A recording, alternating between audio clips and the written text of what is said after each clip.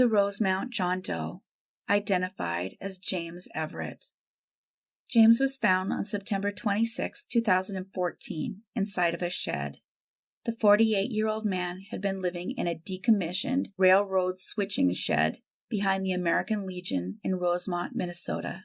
The dates on the newspapers that were found with his belongings, that he had perhaps been using to stay warm, had the dates of October and December 2013, and they believed he'd been there since that time. Temperatures in December in that area usually fall between 34 degrees Fahrenheit to -8 Fahrenheit, so it's possible that hypothermia was the cause.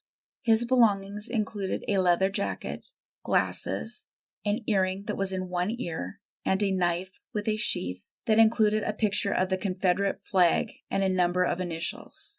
He was remembered by workers at the Quick Trip convenience store that was located nearby. He just suddenly stopped coming into the store. James Everett went unidentified for 7 years. The Henry County John Doe, identified as Daniel S. Diaz. This is one of those cases that really bothers me, because this is another one where all of the pieces were there the entire time. In fact, I covered this story as an unidentified John Doe a while back. Daniel was found behind an abandoned gas station on October 2nd, 2000 in Henry County, Indiana. It was then 2 police officers who were escorting a prisoner found themselves needing to find an accessible bathroom, and they chose outside. And it's lucky they did. They decided to stop at an abandoned gas station and pulled behind it. They were unprepared for the shocking discovery of the man who, for 2 decades, became the Henry County John Doe. He'd been shot and he was found without any identification, and it would turn out he'd actually only been there a short time, and it was lucky he'd been found at all. They were able to trace him through witness statements because he was found so soon as having shopped at a Walmart in Reynoldsburg, Ohio, only 2 days prior. He was actually seen at that time driving a red vehicle, but that vehicle has never been found, and no more leads were forthcoming. The coroner actually did everything he could and beyond in trying to identify this young man. He was pretty new on the job, and he tried for years to identify him. They gathered fingerprints, DNA, dental records, but nothing ever turned up. So it's a little shocking that it was one of those very fingerprints finally processed by the FBI that made the identification. I covered a number of cases recently that were identified via fingerprints thanks to a new DNA processing program for hard-to-read prints. But there's some indication that this wasn't one of those cases, or at least it isn't noted as such, and the others were. And because he was found relatively soon, it's probable that fingerprints were taken successfully from the start. It seems to be, in those cases, they were fingerprints found on somebody who had been there a little bit longer, and as such had degraded. This is just a guess on my part, though. It's sad if the FBI had it all along and could have identified them. This is why centralized databases are so important. The statement on this case, in fact, says, the FBI got a hit on the fingerprints that were sent to them when he was first found. So the 20 years that passed do seem excessive and completely unnecessary. It was February of 2022 that the fingerprint match was first made, matching the print from his remains to a previous arrest. It was then that they took it upon themselves to be sure that his next of kin was identified. It would take 4 months, but they did eventually find his family. The FBI stated that his identification was made through photographs and personal information. No photographs have been released so far publicly, at least at the point when my research was done. But there are multiple post-mortem photos that show the recreation here is pretty accurate. All of this time, Daniel Diaz's family thought he had chosen to walk away. They believe he chose to cut ties, which isn't an uncommon belief for families. Detectives spoke to both his parents and siblings. It was a great shock to learn that it wasn't a choice made by Daniel, but rather a choice made for him. They were described as distraught and emotional, and they tried to process all that time that Daniel was gone. It was healing for them to know that he didn't just walk away from them.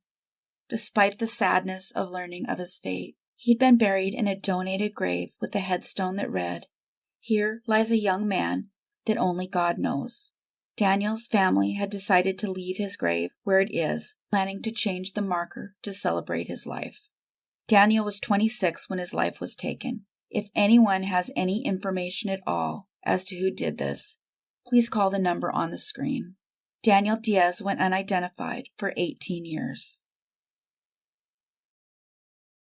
The Gregg County Jane Doe, identified as Pamela Young. Pamela Darlene Young was a petite 27-year-old young woman who grew up near the Blue Ridge Mountains. She eventually chose to relocate to Texas, and then, much to their sadness, she stopped communicating with them. Because they believed this was a conscious choice, no one reported her missing. She was last known to be seen in 1998. Like way too many people I've covered, she was found accidentally. It's hard not to think about how many people out there who aren't as lucky as her. Archaeologists were out in an open field in Gregg County, Texas, on May 21, 2002, simply collecting soil samples. It was then that they discovered a skull and a partial skeleton. The medical examiner would estimate she was either white or Hispanic, aged 16 to 30, and had been there approximately 2 years. In 2013, her skull would receive a 3D reconstruction, and it was there that they learned she had a cleft palate that had never been repaired. In 2019, the sheriff's office turned to the DNA Doe Project for help. But it would not be until 2022 that an answer was found using mitochondrial DNA. They were able to trace her back to Virginia and then North Carolina. This eventually led to Pamela's family. She had moved to Texas and did have a cleft palate. Just to double check, although they were pretty sure they found the right person, they decided to try to find proof of life, and a record search would be done. There was only a record of her being alive till around 1998. So it was with this they were pretty sure they had found Pamela Darlene Young. It's not clear if she had children, although she's pictured with one or more children in the 2 photos that were released. According to the Sheriff's Department, at this time there are no other leads in this case. It is not known exactly how Ms. Young came to be in that open field, and no cause of death was ever determined. It is so important that if anyone knows about her movements around this time, that they please call the number on the screen. Pamela Young went unidentified for 20 years. Thank you everybody for watching and listening. If you could help to get the channel noticed by the YouTube algorithm by liking and leaving a comment, even if you can just leave a thumbs up or some emoji, it counts as engagement. It would be so appreciated. And don't forget to subscribe if you haven't yet. Thanks everyone. Take care of yourselves and each other.